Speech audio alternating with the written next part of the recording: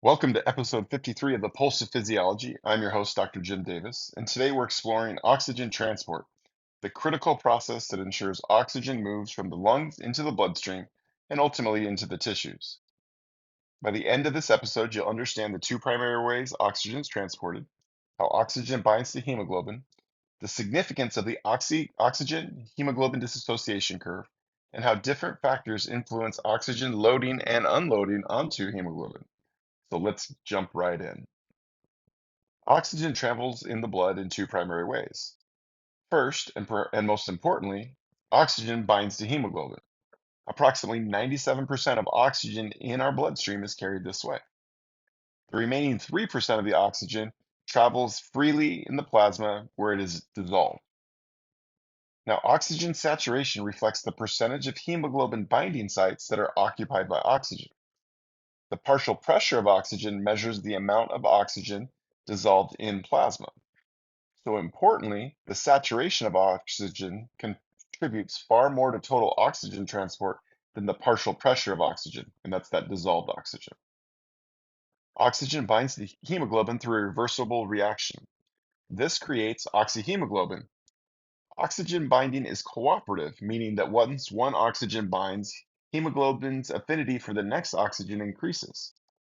This cooperative binding explains the sigmoidal shape of the oxyhemoglobin dissociation curve.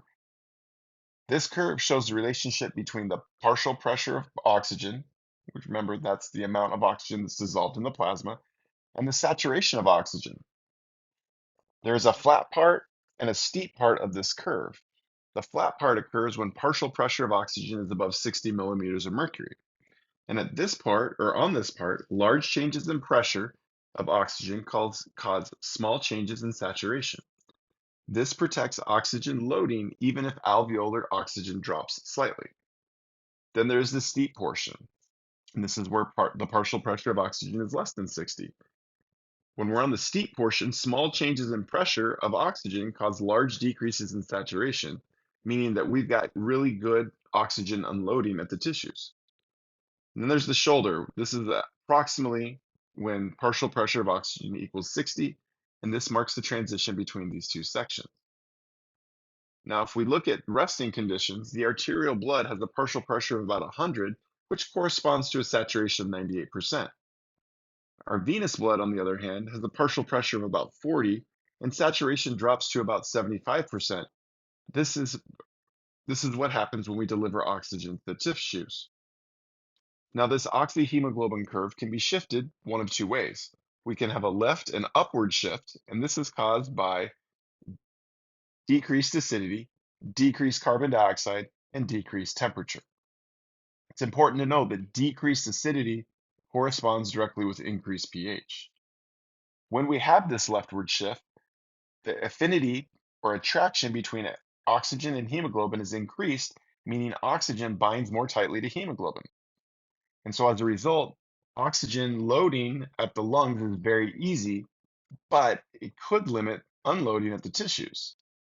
A mnemonic that we came up with in class was left, lock, lungs, meaning a left shift causes oxygen to be locked onto the hemoglobin, and this left shift usually occurs in the lungs. Now, the right shift, or a right and downward shift, is caused by the same things, but just in their opposite direction. So increased acidity, which corresponds with decreased pH, or increased carbon dioxide, or increased temperature. This results in hemoglobin having a decreased affinity for oxygen, ultimately meaning oxygen is released more easily at the tissues. This enhances oxygen unloading to the tissues during exercise or metabolic stress. A mnemonic to help you with this is right release. So a right shift causes oxygen to be released, and this often happens in the tissues. So these shifts matter. In the lungs, where conditions are cooler and less acidic, hemoglobin's affinity for oxygen is high. So this is a left shift, which promotes oxygen loading.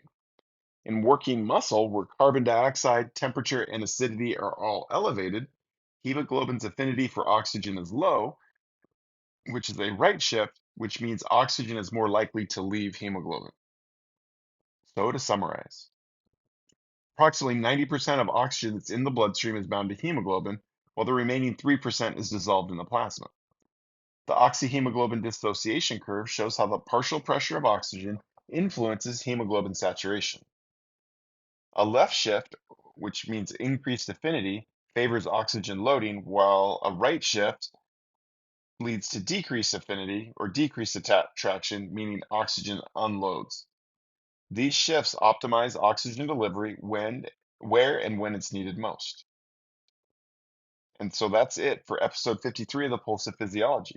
I hope this episode has clarified the essential role of hemoglobin as well as the dissociation curve in oxygen transport and delivery. Come back next time for episode 54, where I'll talk about carbon dioxide transport and how carbon dioxide is moved from tissues to the lungs. Until then, keep questioning, keep exploring, and stay curious.